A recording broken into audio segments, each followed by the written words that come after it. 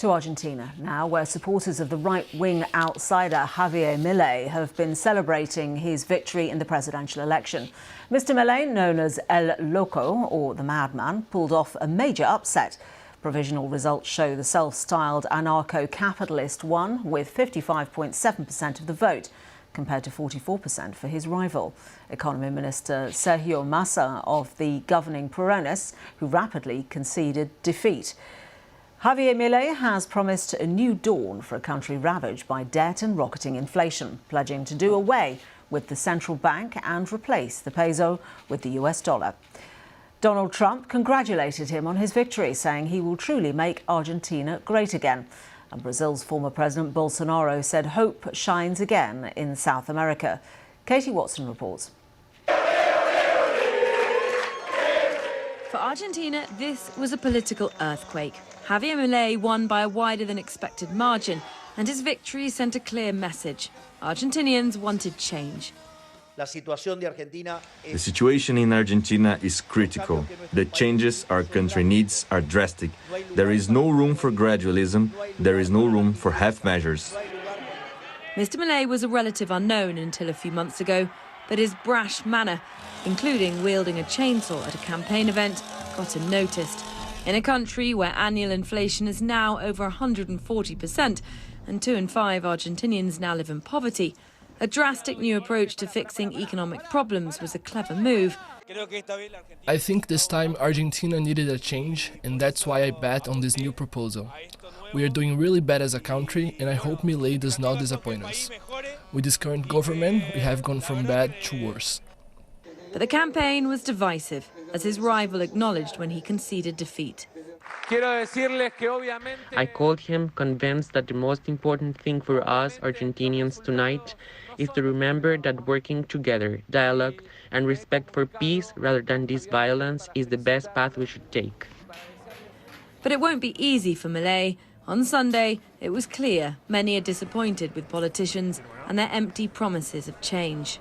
I'm a bit sad about the whole situation. I don't know how this will help us move the country forward. At least we are voting and exercising democracy, but I'm not happy with either candidate. Mr. Milei has also pledged to loosen gun laws and ban abortion, and he and his vice president have repeatedly been accused of lacking respect for democracy and calling into question the official number of victims during the country's dictatorship.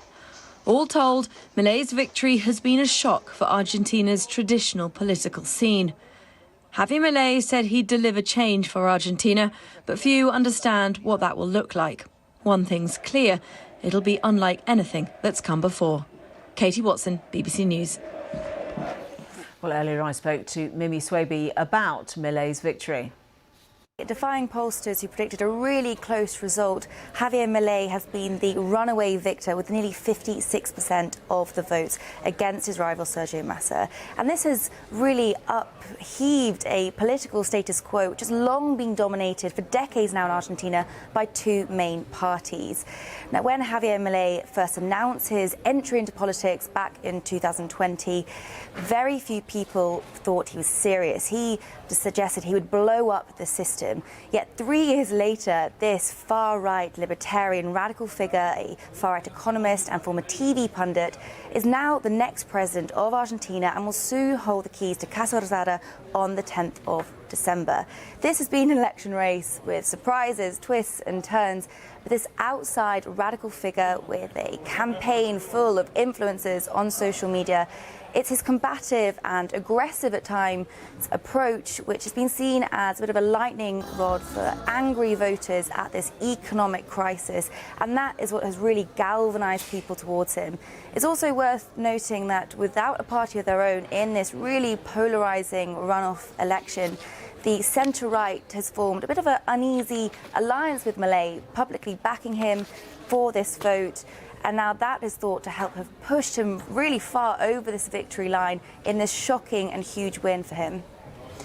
And he is promising an end to the soaring inflation and debt levels in Argentina. How does he propose to go about that? Well, he says he's going to tackle this 143% inflation by ditching the Argentine peso, dollarizing the economy and eliminating the central bank.